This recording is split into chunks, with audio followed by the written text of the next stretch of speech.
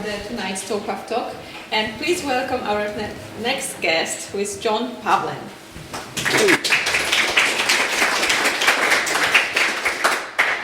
Jon has been living in Scotland since 2001, and he refuses to say where exactly he's from before that, but sounds like the South, which can mean anything between Antarctica and Peebles. He's an ex-molecular biologist, but he currently works as a physiotherapist at the Sick Kids Hospital here in Edinburgh. He's got 2 non-sick kids of his own, and he lives in Edinburgh with his wife Berta, who is very, very tolerant of him disappearing for hours and hours and hours to ride his bike. He's been riding bikes in Enga since the mid-90s, but he avoided road bikes until 2014. On the promise of limitless hunger, he started riding longer distances in 2016, and the following year he went to do his first audax, which was London, Edinburgh, London, which I probably know it's not very short. It's a terrible idea.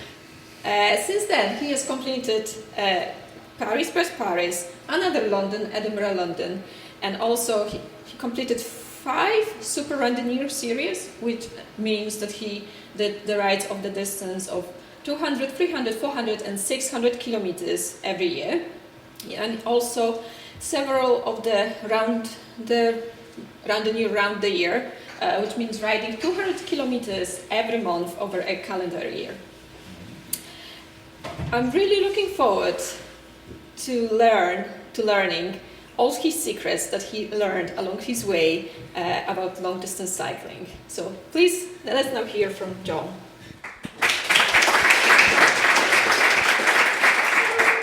Thanks very much for the intro. So I'm going to talk about, basically, if I could have talked to myself in 2014, 2016, what would a current me now, what would I have said to me then?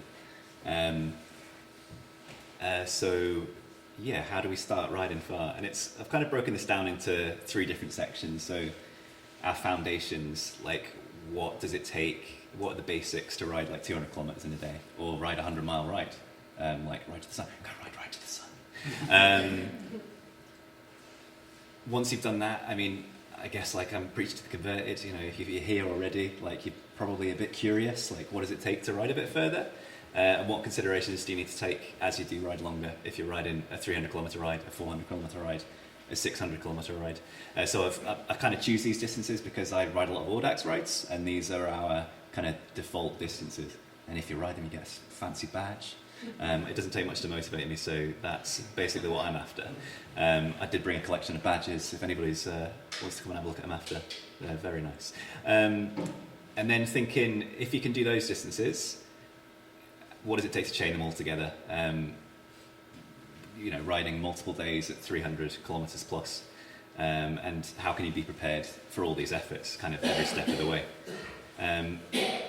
I also want to kind of, hopefully, kind of reduce the barrier to participation. This is one of the things that we say in physiotherapy, like reduce the barriers to participation, because really, if you're prepared, you can do these things. Anybody can do these things. When you do these long rides, you see people from all like sorts of backgrounds, all sorts of life, and some very like, you know, you see these people and you think, I can't believe that you're riding this distance. You know, 70-year-olds, 80-year-olds, people who don't look like they're going to be capable of going the distance that they do and the way they do it. And to be fair, I've actually learned a lot from the people that I've met along the way.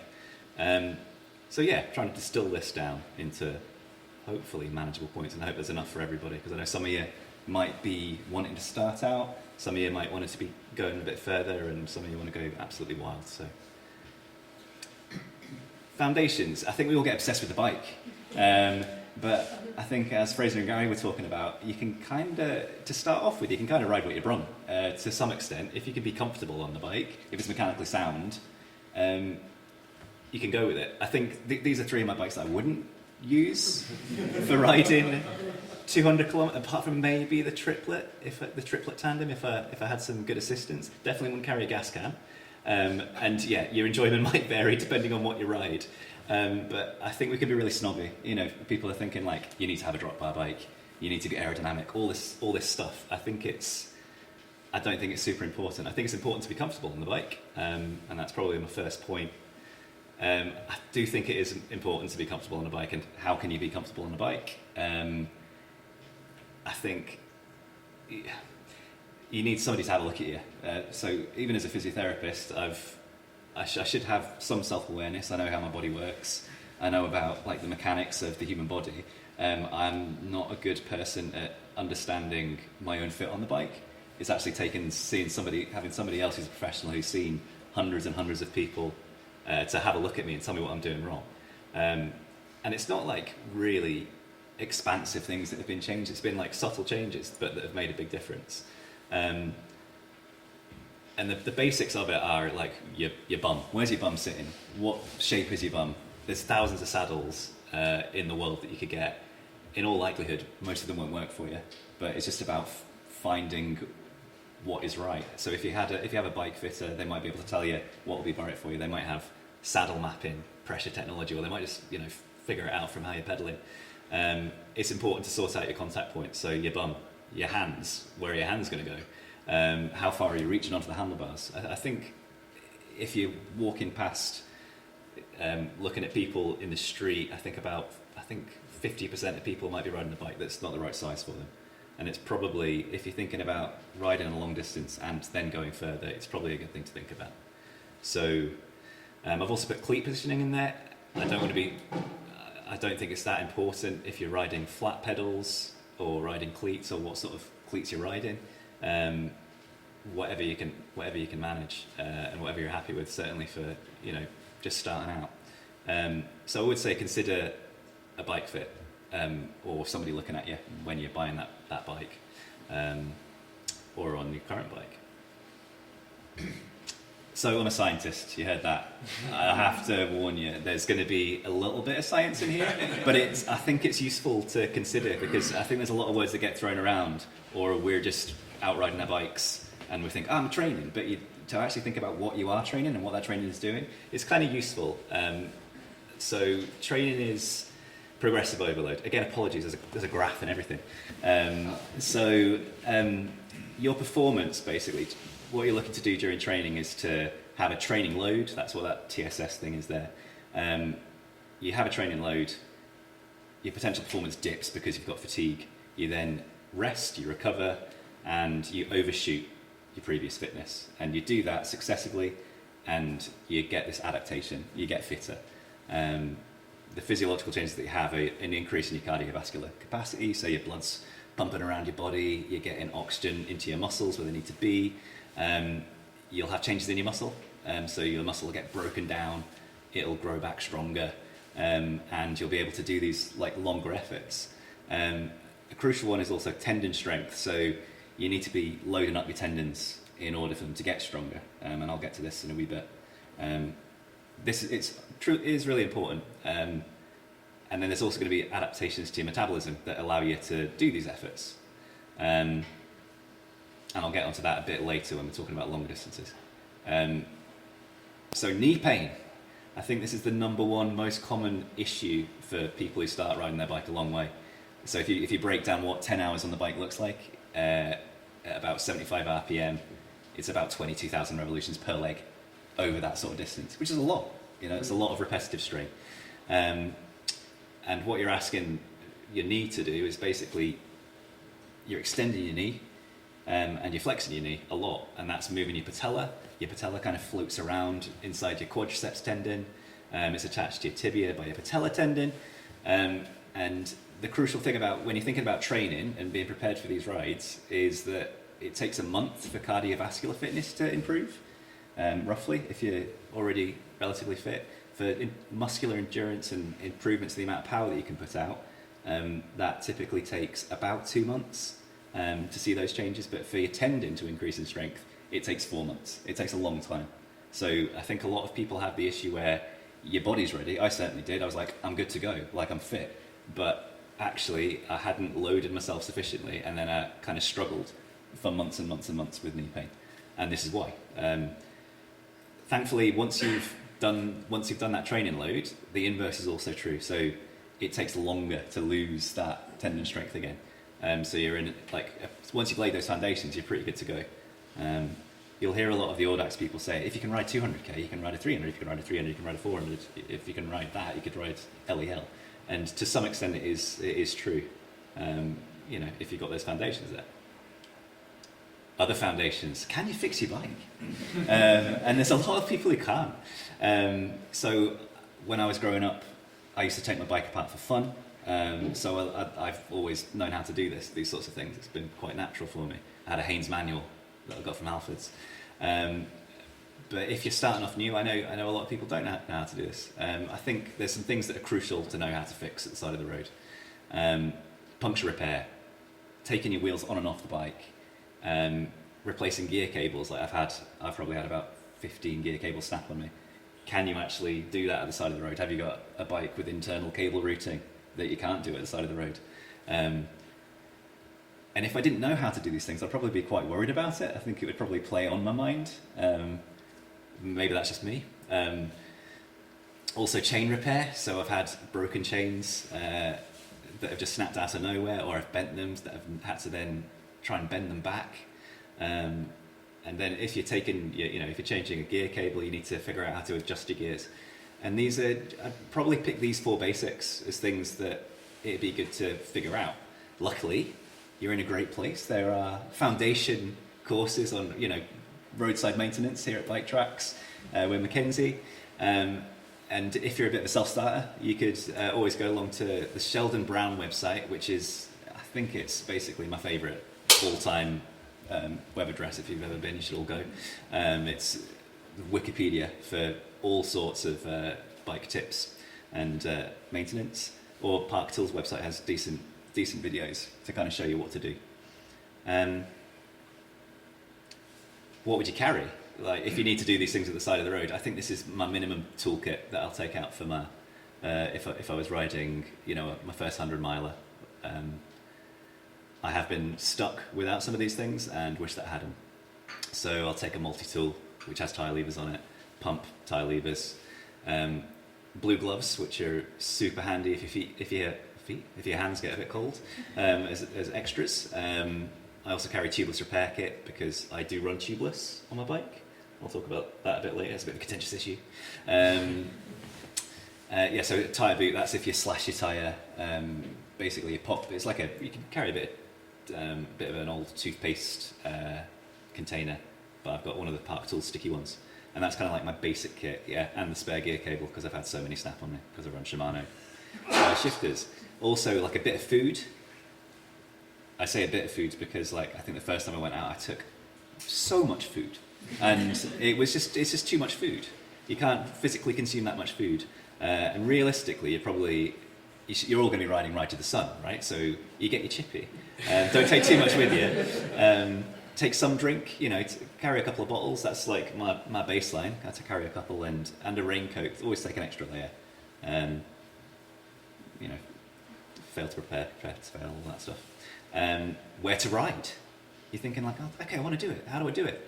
I think Ride to the Sun is a great one. So my first the first longish ride that I did was to ride to Carlisle and then ride back from Carlisle with my pal, who had done Dunwich Dynamo, and it was around 2015, 2014, and we looked at that route and we planned it based on that, and I think it's that route that was my gateway drug, to be fair. There's also Audax UK, so they're the long distance cycling community basically. There are lots of organised rides where you can find like-minded people. And the benefit of these organised events is that you don't really need to worry about getting lost unless you're riding with Gary over here. You don't have to worry about being by yourself for too often, because I know it can be intimidating. You're going to be riding on roads that you're not familiar with. If you're riding 100 miles, no doubt you're going to be somewhere that's unfamiliar to you, and that can be daunting. And there's going to be others around you who can give you help if you do have mechanical issues that you're not prepared for. If you're adventurous and you want to go rogue, and you could have that excitement of getting lost and going solo and fixing your bike by yourself at the side of the road. And if I'm route planning, I do a fair bit of this, planning routes on places where I'm not familiar. I tend to turn to heat maps. So Ride with GPS, Strava, they've both got these heat maps which show you where people commonly ride. So you know where's good, basically. You don't want to end up on an awful road or down some, surprise gravel. That's the last thing you need. So that's my basics. It's not a lot. I think most people could ride with the equipment that they've got. They could go and ride 200 kilometers. I don't think it's unattainable, just with a few ideas about what you want to do to be prepared for it. If you're going further, there's a few other things that you need to start thinking about. I do think you need to start thinking about training your metabolism somewhat. With most people, I think it does happen by accident, but it's kind of good to know what's going on. Bike setup, as I said, we're obsessed with bikes. How can you be comfortable, and what changes do you make to your bike to be comfortable over those longer distances? Carrying your stuff. How do you carry it? What do you carry? And my favourite, riding at night. Again, go ride to the sun. Go ride at night. It's amazing. But what do you need to do to be prepared to ride at night? What should you be considering? Sorry, science again. So, long ride metabolism. Essentially, our muscles are powered by carbohydrates for the most part if we're untrained. In the form of either your dietary carbohydrates, glucose that's in your bloodstream, or glycogen in your liver, or in your muscles. So that top graph there is somebody who's kind of good at short distances or just getting into training, and the majority of their energy is produced from carbohydrates. Unfortunately, we've only got enough glycogen in our bodies to last for about 90 minutes, maybe 3 hours, depending on the intensity of the effort. But we also have fat, and fat is a really efficient fuel to be using, like body fat, and also dietary. And we need to think about, training that, and you can train it. So for me to be ready to ride these longer distances, I'll probably consistently ride over 3 hours reasonably frequently. So I'll do the odd 100k ride every month to kind of keep myself in that zone. So that my body is primed to use fat as fuel from sort of minute one. Because when you run out, I think we've all experienced it, when you run out of that carbohydrate, you hit the bonk and you feel empty, and it takes quite a bit to recover from. And as you get practiced and trained in metabolizing fat as fuel, you'll actually find that the bonks get a bit shallower and you can ride a bit longer, and it just evens everything out. Talking about what to eat, as I said, I don't think it's a particularly sustainable thing to try and meet the calorific need of what you're using on the bike. It's almost impossible. The pros go to extreme lengths to try and cram all this into them. But for the normal human being, I don't think it's really sustainable to meet this demand.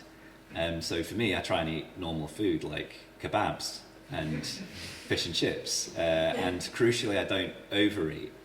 Because if you're trained, you don't really have to. Even skinny people are carrying enough fat on their body probably to sustain these efforts over a long period of time. And also, if you're riding a bike, your muscles are using all your blood supply. It's not going to your gut. It's not helping you digest food, and that leads to digestive issues, which I've had. I think people who start reaching out into these distances find that they might have issues with trapped wind, bloating, never trusting a fart. Indigestion, diarrhea, it's a bit subjective. Everybody's a bit different, but you kind of need to figure out what works for you. But I think trying to cram your mouth full of everything that's going, I'm not sure if that's the answer. Try and eat normal food, and if you can sustain yourself on that, then you're kind of good to go. So my bike setup, so I think it's quite... This is when you start thinking about it. If you're consistently riding longer distances, is when the bike setup gets quite important. I think it's important to have a road setup on the bike. Handlebars, I've got this guy here, which has got drop handlebars. I use all my hand positions. I think that's quite important. I've got aero bars as well, because that's an extra hand position to use on my bikes, because if you're putting a lot of pressure through your hands for a long period of time, you start getting nerve issues, and it's quite nice to just be able to relax a bit. It's not set up for speed, it's just set up for comfort more than anything else. Also, for comfort, I use sort of a wider road tyre, so gone are the days of 21mm time trial tyres for trying to go fast. I think we now understand that wider tyres go faster on on normal roads, certainly in Scotland, certainly on the service road between Gretna and Moffat in particular is quite rough. You need those wide tyres. And I run tubeless, and it's a very contentious issue. A lot of people have had a lot of issues with road tubeless, but I've actually done about 70,000 kilometres without a puncture on my road bikes. And it's not my bike handling skills, they're very good. And I can run them at a lower pressure because they don't have an inner tube in them. And that just makes them far more comfortable. It's a non-negotiable for me to have mudguards on my bike, because if you're riding longer distances, you're going to have weather. You can't really avoid it, you can't really plan for it. You're bound to be riding through the wet, and the last thing you want is a wet bum. I also run like a pretty giant front flap on my mudguard, and that's just one of my little tweaks that I've made to my bike, because it stops all the spray getting onto my drivetrain, which then means you have to do less maintenance, and it's just great, and it keeps a bit off my feet as well. Bags, lots of bags. I've got lots and lots of bags. I have more space on my bike to store stuff than I actually need, which is, I'll get to a bit later. It's quite important not to be ramming all your stuff in, so that every time you take anything out, you have to spend 15 minutes putting everything back in. But there's bags for all sorts. I've got a few different options. Gearing. Don't let anybody convince you that you need like a 52-36 chain ring. Like it's nonsense. You want wide and low if you're riding a long distance. You don't need to be going at 60 kilometers an hour on the flat in reality. In terms of any extra kit I take zip ties, because they're the best thing ever. You can fix basically anything with a zip tie. I can't think of anything you can't fix. I mean, a broken frame. I've seen people try, but I'll carry some slightly weird stuff. So I carry a torque bit, which is basically plugs into your multi-tool, and then you can plug another bit into it, because there's been times if I'm going a long way, I'll drop my saddle, or I'll have to swivel my handlebars around if I'm going on the train, and I just get really nervous about like cracking carbon. So I've got like a wee toe peak mini torque bit in there, which is a great bit of kit. Extra tubes, be ready for extra punctures. As I said, I haven't had a puncture, but I still carry them around like a safety blanket. I carry around a big bag of bolts because I have lost bolts from my cleats, and these are things that you don't really think about, but potentially ride ending. Similarly, like mudguard bolts, they're all in like a little bag, and this list keeps on getting bigger and bigger and bigger because I'm neurotic about it, and I just keep on thinking what could possibly go wrong, and I need somebody to really have an intervention with me. But I mean, it fits in that little black bag, so it's not too bad. I take all different sorts of tape. There's been a few times when I've needed sticky tape for things. Take a bit of fabric repair tape if I need to fix any kit, and a mini Leatherman just in case I need to cut anything up, and it's got a wee screwdriver on it. So that's basically what I take, and I think that's pretty much my kit. That's my toolkit for going even further as well. I've also got a spare derailleur hanger in there that I have because I've seen too many people who've basically had to scratch from rides because they've broken their derailleur hanger off and they have no spare, or they've had to single speed their bike. So it's worth carrying that for an extra like 20 grams. Bags are my favourite. I love bags. I've got thousands of bags, but my two favourites are my Carady's Nelson long flap, which is gigantic. Have you got a long flap? No, you should get a long flap. It's so big, it's absolutely gigantic, and it means that you can. I've got like systems to kind of make myself a bit quicker when I'm stopping on the bike because I'm weird like that. I keep an extra bag inside my big bag, so then I can just grab that bag when I'm going somewhere, and it's got everything I need in it, so I'm not faffing around. Similarly with my saddlebag on this, it's like a harness set up with a dry bag in it, so you can just whip it out when you're going into the shops or going in, if you're doing an audax, going into the controls. And these are the sort of things that I used to get shouted at for, because I used to be a monumental faffer. But it saves me like minutes per stop, and over the course of like days and days of riding, or even riding like a 400k, it'll save you. You could save an hour if you're if you're interested in sort of efficiency. Riding at night it's my favourite as well. Like, it's so good. Fewer cars on the road, wildlife. It's just absolutely brilliant. But typically when you're riding at night, you go a bit slower, and this is something you need to consider. If you're riding sort of 300, 400, 600k, you're going to be riding in the dark, and it's something you should practice.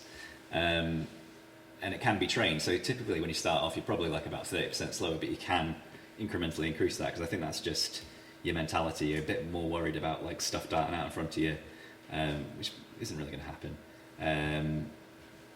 And you just generally ride a bit slower. You can also, the day's fatigue can impact on you. Again, I think that's trainable. Stomach issues at night are a massive problem. So when I rode PvP in 2019, I came to the 300k control, and it was awful. It was like a military hospital. There was just like wounded on the floor everywhere. My friend Rory, he couldn't speak, and he had a sick ball next to him, just because he hadn't been used to riding through the night. His circadian rhythm was off. He's not used to digesting food, and he was trying to jam his face full of food basically, and his stomach stopped working, and he just had to stop for like 5 hours, I think. So there's something to consider. It happens to me, like if I'm riding at night and I haven't done it for a while, I will feel really nauseous, and it's not just the kebabs that are doing that. In terms of kit, I have a mirror on my bike. I know it's not fashionable, but it means that I'm not turning my head once every few minutes. You can see what's coming behind you, and at night you can see what's coming from behind you a long way. I have night lenses for my glasses, which if you're riding at night, it's colder, you got the wind, you might have midges, you might have insects. Like I still need to have my glasses on, so I always have the night lenses that are see-through rather than having any shades on them. I'll take a cap. Like headlight glare can absolutely do your head in if you're riding through the night. If you've got a cap on, you can just keep your head down a wee bit, and it just shelters you from all that glare from all the xenon lights at you. I always take extra layers as well, because even in summer it gets really cold, and when you're tired you get colder easier. So if I'm ever stopping a service station or anything like that, or a control on an audax, I will put on all my extra layers when I leave, because you'll have 15 minutes or so of feeling absolutely freezing. So I basically take medium weight winter gloves really, and extra layers that I'll throw on. I haven't really talked about caffeine. I'm a big fan of caffeine. So it lowers your relative perceived effort. It's like a miracle drug, but it also keeps you awake. So I don't really carry gels. I don't do gels. It's not really for me. But I do have my caffeine gels. They have that little bit of boost. And also, sorry, I didn't put the science warning up. There's theobromine in 90% dark chocolate. It's like a natural stimulant. So if you've had your caffeine and you're still not awake, you have a little bit of your 90% dark chocolate. And about 15 minutes later, you feel wide awake for about half an hour. It's an absolute miracle. So go and get your theobromine. Going really far. It's like fun. Only different. I've talked a lot about training. I'm not really going to talk about any proper training at this point. I'm going to talk about efficiency, because your body's pretty good if you're thinking about doing this sort of thing, hopefully, unless you're me in 2017 where you were not really fully prepared. Looking after your body, I'm a physiotherapist. I think about these things, and I've got a few strategies, and it's quite straightforward what I do, that has actually kind of revolutionised my comfort on the bike, and enabled me to kind of really keep riding and stay comfortable. Additional kit, sleep strategy. So as you're riding longer and longer and longer, you're going to be riding through multiple days, and I think we need to consider, we're not talking about going super fast. We're not trying to break any records, but actually thinking about how long is too long to stop, because that's actually something to consider. And then planning and sort of resilience, and the mentality that you need to have. I've just realised my mug's, it's got a bit of a dot on it, but it's not quite as dirty as Mackenzie's mug. Yeah. It's, so training load, how much does it take to be ready? And I think this is a really interesting thing. I've talked to quite a lot of people about it, and I think a lot of people who come into those long rides maybe have done too much. This guy here is Anko. He looks really tired because he's probably just ridden 1,200 kilometres. He's an audaxer, he's a randonneur. He rides these 1,200 to 1,500 kilometre rides, like basically faster than anybody. He rides in like races. And I've chatted with him on PBP and with a few of his pals that he rides with in the Netherlands. And to be ready, he rides a few fast 200 kilometres and maybe an overnight 400. He rides, otherwise he like commutes to work to keep his fitness, but he's never really untrained. He doesn't take like months off the bike.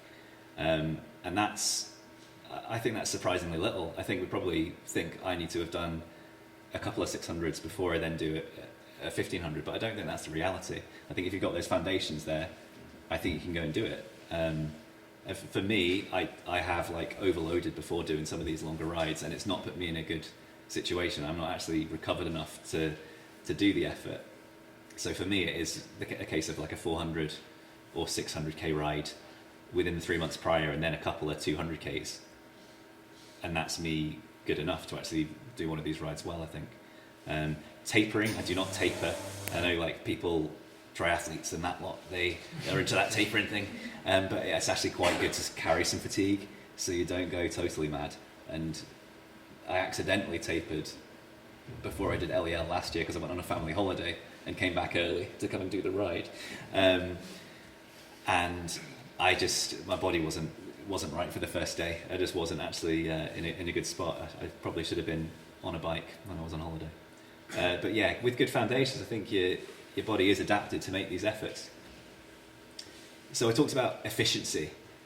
Some people call this racing the stops, and this is something that during COVID, when I was like going out in the middle of the night to go and ride my bike a long way after looking after my kids all day, I got really obsessed with it.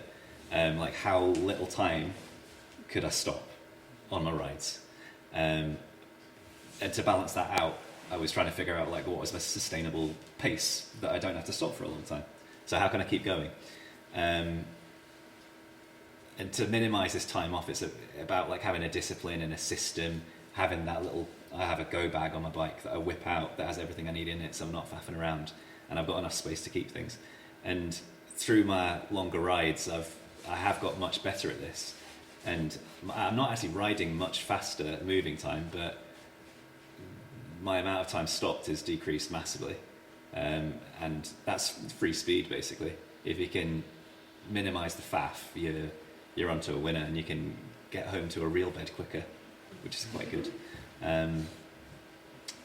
So I said looking after your body, stretches, everybody's least favourite, but this has kind of revolutionised my bike rides.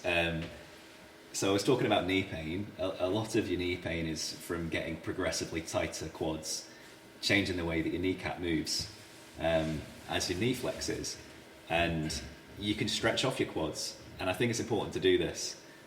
Similarly, your hamstrings and my shoulders. I have like a few shoulder and lower back issues like a lot of people do, and this is the three that I do, but this has stopped me from having knee pain. I used to have knee pain from like 400 kilometers into a ride that would wax and wane, but it would really kind of start impacting me maybe towards the end of a very long ride, and now I'm pain free. So do your stretches. And additional kit. I like kit. I've got lots of kit. I don't have a dynamo on my bike. I don't have, if I was maybe doing a much longer ride where I didn't have the ability to charge things up, I'd maybe have one, but I get away with just having a regular light, and I carry a fast charger with a battery pack that can charge extremely quickly from a plug. It'll do like 50% inside of an hour. I said about having enough space to carry your stuff. I also carry a really small pack down backpack. If I am overflowing, I can always chuck stuff in there. Another safety blanket that I have that I've never needed, and I hope never to have to, but I do take on these longer rides because it could be a ride-ending thing, is a spare tyre. Somebody said to me once, "You don't carry a spare tyre?" I was like, "Oh my god, I need to carry a spare tyre." So I now carry a spare tyre, and it's really it looks really neat there, right? It's just like trapped between my seat tube and my seat stays. It's a 25mm tyre that I know I can get onto my bike in the middle of the night. So if I have a puncture, it's dark, I don't want to be taking off my tubeless tyre, putting in a tube. I know I can whip that broken tyre off, probably slap it in my backpack, put on the other tyre with my thumbs. There's no tyre levers or anything involved, and I can get going again until I can get somewhere to fix it. I've got a battery rear light, and I also always take a spare. And mirrors are great. Everybody should get a mirror. You don't have to turn your head anymore. You can just see what's behind you, and I think that's quite a nice thing for your security as well. You don't have to. I just feel far less anxious being able to see what's behind me, and I really notice when I don't have it on there, even though it's deeply unfashionable. So I used to work in labs. If you ever worked in labs, you've probably also stolen pretty little cute bottles. So I love these little things, and I fill them up with all the little stuff that I need. So chain lube. I always take chain lube on a ride over 200k because as soon as it starts getting noisy, just lube it. It's fine. Just keep on top of your bike. Sealant. I always carry spare sealant as well in case I get a puncture that won't seal. Touch wood again. Security blanket. Sun cream. Don't get them confused. I've got orange sealant and I've got orange sun cream, and I was an awful latexy mess last year. Don't make that mistake. And Corstill. So if you're eating a lot of sugar and your diet's a bit odd and you're staying up through the night, you're going to get run down. And I suffer from mouth ulcers on these rides. I also take a toothbrush with me just to keep on top of it. It's actually quite a nice thing just to wake you up. But I carry Corstill. Also make sure it's a different colour to your chain lube. So sleeping, I've done a lot of messing around with this. So the first time I did fast long rides, I went too fast and I needed loads of rest, but I had too much time off the bike. So the next day when I tried to get on the bike, it took me maybe 6 hours before I felt human again. I was just feeling tight, and I think that probably led to me being injured towards the end of the ride. This graph is totally made up. I've stolen it from James Mark Hayden, who's like a long-distance cyclist. He also said, yeah, it's made up, sorry, but it illustrates a point, and I think it's a useful one because it shows you that your performance decreases with sleep deprivation, but it also, your average speed over the course of a long ride, it can also be impacted by resting too much, and you've got to find that sweet spot. For me and for a lot of people that I've talked to about this, their sweet spot is about 3 hours, and being off the bike for a maximum of 5 hours. If you're off the bike for more than 5 hours, you start getting inflammatory processes in your muscles kicking in. You start getting tighter, and it's quite tricky to actually get back out of that and get back into the zone of riding your bike. So for me, I think, and for a lot of people, sort of 3 hours to 5 hours, 3 hours sleep, 5 hours off the bike is about the sweet spot. Planning. This is Ride with GPS, which is my favourite thing. So this, I'm not sure if you're familiar with this app. You can put in a route. You put in the time of day that you're setting off, what your proposed average speed will be. It'll tell you where you will be when, what the weather will be like, what the hills are going to be, what temperature's going to be. It's never true, but it's nice to plan and be familiar with your route. Was it Mike Tyson who said that everyone has a plan until they're punched in the mouth? I think it was. And that's basically what happens. But I still find deep security in knowing that I have a plan, even if it fails. This is the lengths that I go to. Like, I've got spreadsheets galore. This was just the first page of many.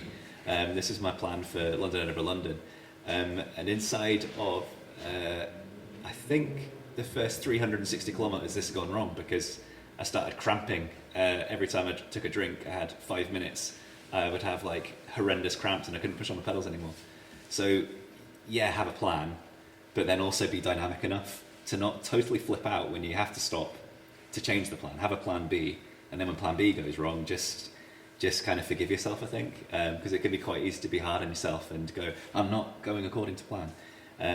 So plan in a buffer, probably, so that if you are riding a ride that has a time limit, that you've got plenty of time to avoid that, getting into that stressful area where you might be out of time. So I'm hoping that there's been a few bits that might be useful. Definitely everybody's going to be going to get some Nalgene bottles. But that's me. So thanks for listening. And if you've got any questions, fire away.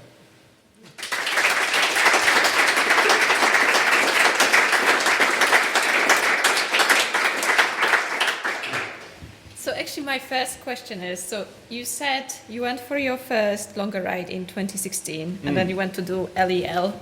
Yeah. What did you do between those two? I hadn't really done audax. So you see that bike there? I bought that bike in 2014 after watching the Tour Divide documentary, because I was like, I'm going to go and ride the Tour Divide for over 30 days. There was a child on the way. You have these things that go through your head. But that was what I was kind of thinking. I was thinking doing those sort of longer distance mountain bike and bike packing things. So I did a fair bit of that on that bike.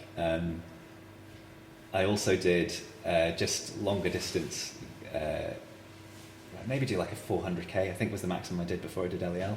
But that was not within an audax time limit. It was like ride 200 kilometers. I rode a lot to Carlisle and back. Do you know that wee pub like by Brampton? Really good. I used to ride there for a burger and then go ride to Carlisle after a pint and then get the train back, or vice versa. So yeah, it was, in terms of like what I did, I wasn't prepared enough. Long story short, like my first day on LEL, the first time I rode longer than I'd ever ridden in a day before. But that's the thing. That's what most people find they end up doing. But I wasn't prepared. I nearly had to pull out of the ride at the end because I hadn't laid the foundations properly. Yeah. All right. And I'm just going to say, so like Jon is one of those cyclists that turns up late for the event, then catches up with you, stops for a little chat and a smile, and then off he is. And then, he finishes with hours to spare, ahead of everyone. So I don't know how he does it, but, clearly whatever you are doing, it's working. And it's all those graphs. Oh, right. Yeah. So now that you're a physiotherapist, so how have you changed your cycling? And apart from the stretches, what else? So it really made me think about the structure of training, because I used to do and be more relaxed about it, actually, because I used to see training programs. I used to do like the turbo trainer in the house, and I don't think that ever got me properly prepared for things. It was actually not helping me. So actually having an idea about what I was training, so breaking it down to like my metabolism, my strength. I do a bit of strength training now, which mostly just for staying pain-free, and that's mostly like back and shoulder stuff. But I don't think that's for everybody. And we prescribe it to people and they don't do it. But I think I've got a better awareness of what my body's doing, and actually knowing my limits as well. So knowing that I can't go too far because I will then be bad at the end. Yeah. I don't think there is a limit for you. There is a limit. There is a limit. I haven't really talked about it much here, but it's a big thing for me to actually not go chasing people. And that I did that really well and was really disciplined. I'm a bit of a dog. Like if somebody comes past me, I'm like, I can go as fast as you, and I'll chase. But you end up emptying your tank or like going too hard, and you have these patches when you're riding multi-day rides where you think you're invincible, and you'll feel invincible, but then you'll pay for it at the end. So ride your pace. Like have a plan, ride to your pace, and then you might have something left later on. Yeah. So what has been your longest ride so far? And what are your plans for the next big one? So so Chris Wright, who gave the first talk here, he keeps on telling me to go and ride the Transcontinental, but I have 2 young children, and my wife's patience levels, I think they're already tested with me, to be fair. It's been quite a long time we doing these silly things. So I'm not sure if that's on the cards, but my longest ride to date has been LEL in 2022, and that was like 1,560 kilometres-ish, over like 3 and a bit days for me. And I had signed up for Transalba race, but I'm not getting leave for that this year. So I'm thinking probably next year I'll do an ultra race. It might be nice to do a race, rather than pretending that like audaxers are races, which is what I do at the minute. Yeah. Maybe Transcontinental. It seems really fun, apart from like Romania and the dogs and Albania. And Albania, yeah. Maybe one day. So when the things don't go to plan, what gets you through the times when things are difficult? Yeah. So we had a wee chat about this, and I think we've got a similar mindset. So I frequently don't start a ride. I'll have a plan for a ride. I'll look at the weather outside and be like, that's too shit, I'm not going outside. But if I start a ride, I always finish. I always finish the ride. And it just means that like finishing it always happens. And initially I always had that, you have that like worry trick where you think like, oh my God, this is too awful. I'm going to go home and cut it short. But because the more that you actually don't do that, it's just not an option anymore, and your brain just doesn't go there. And I found that that's actually like hardwired in now.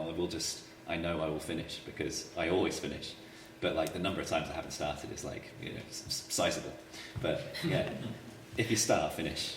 So that's probably like I rely on that quite a lot. So is Berta the only person who knows you were supposed to go for a ride, but you decided to actually stay home? It would be, she's the only one, so she's the keeper of the books, but she doesn't keep records, thankfully. Yeah. So the ride that you did last year, was it October? You did the 600? Yeah, that was wonky. Yeah. So John realized he was on the super randonneur streak, and he was missing a 600-kilometer ride last year. He realized that in October. So he went to ride 600 kilometers in October during storms. Yeah, it was very, very windy, but I work in a hospital, so I don't have like a lot of flexibility with when I can ride. And I had that one weekend where I'd been given a pass from Berta, so I had to ride it. And I made the craziest route. And it's one time that not ride with GPS, Epic Ride's weather has actually worked, and it predicted the wind effectively. But yeah, October 600s are not a good idea. It's too cold. It's too dark. Yeah. So what's the point and keeping the streak alive? That was just keeping. That was it. That was my motivation, and that is my big motivation. It is keeping the streak alive. I think there's a lot of us people about, certainly in Audax. But so 5 more years to get the 5 more years for the ultra randonneur, and then I get another shiny badge, which I'm very excited about. Only 5 years. Your kids will be growing up. They can come and do it with me. We'll take the triplet. Right. Are there any questions now from the audience?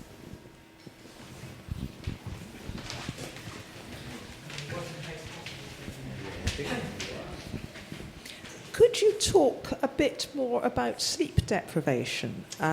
Because that is one thing that I think about if I ever wanted to go further than I've ever done, would be how do you cycle quotes safely, unquotes, when you're sleep deprived? Is there such a thing? So that's that sweet spot that I was talking about. So for me to be able to ride my bike for like 16 hours, within the context of having ridden multiple days, I need to have 3 hours of sleep that day, and that'll mean that I'm not falling asleep on the bike. I've ridden through, I've been on the other side of sleep deprivation where I have been getting towards the dangerous spot, and it's not fun, and I wouldn't advise it. But I think it's very subjective. I think some people are naturally sleepier and struggle with it more, and it's just you just got to experiment, I think. So on a long multi-day ride, I think the first day you maybe don't need as much sleep as you might think. So you could probably get away with a bit less because you'll struggle to sleep because you'll still be amped up and ready to go. But yeah, it's quite a subjective thing. But yeah, for me it's 3 hours. That's pretty much like a sleep cycle, right? So you have one cycle of sleep, and I think that's your minimum. I think these people who are organising like safer ultra distance rides, they have like, if they have a mandatory sleep stop, they say 3 hours because of, I think that is a sleep cycle, and generally that's safe. But it's quite, until you start testing yourself to do these things, you're not really aware of what your body can do. It's kind of the best bit about it, because I think we all surprise ourselves.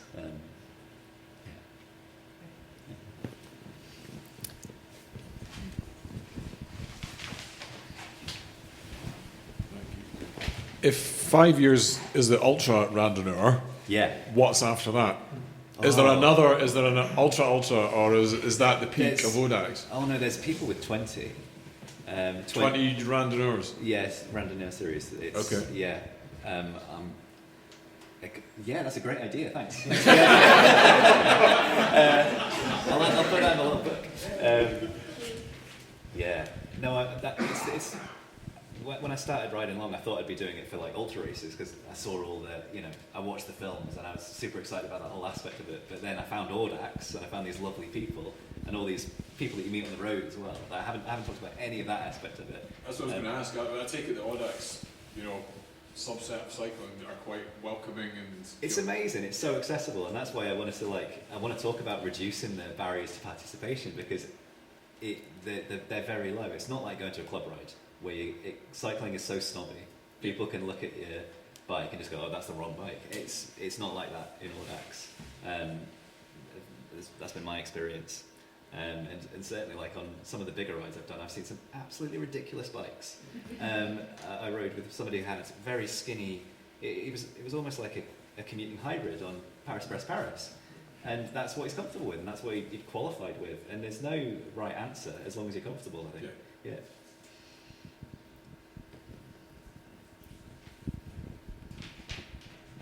Thanks a lot, Jon, for your presentation. So I think the start of the presentation was like how to keep on riding with a smile. So what do you do to keep your smile on, or like what are your thoughts during those long rides? It's a grimace.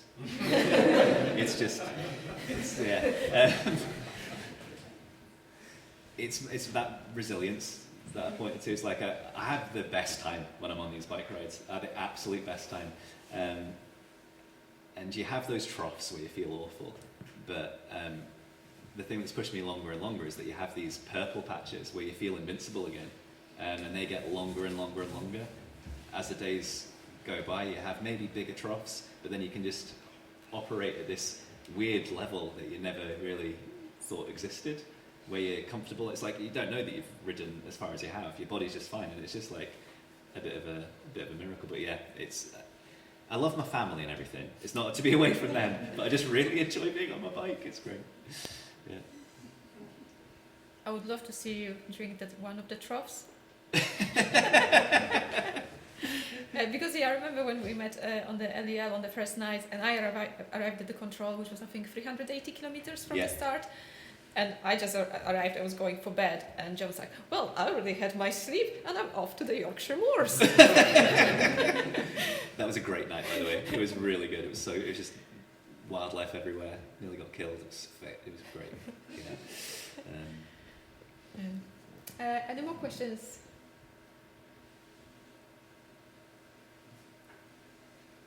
No more questions? Right. So thanks everyone for coming. And our next event. Oh, could you go to Certainly. First go to this. Oh yeah. So Tom, my husband. No, please explain why. Please explain. Sorry, I misheard you. Pangolin. Yeah, sorry. Pavelin.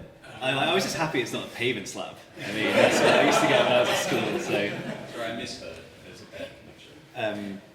But I love him. He's very cute. Thank you. Right. Yeah. So our next event will be on the 24th. No, actually on the 25th. Sorry, it will be Friday as well of May. And we'll have Jane Dennison talking about how cycling brands are working together towards sustainability. And we'll have Matt Finlayson and Stu Allen talking about frame building at Proper Cycles and creating the Badger Divide. And we hope to see you there. Meanwhile, we're off to the Cameo bar for a couple of drinks, so please come and feel free to join us. And so let's have another round of applause for our speakers, John, Fraser, and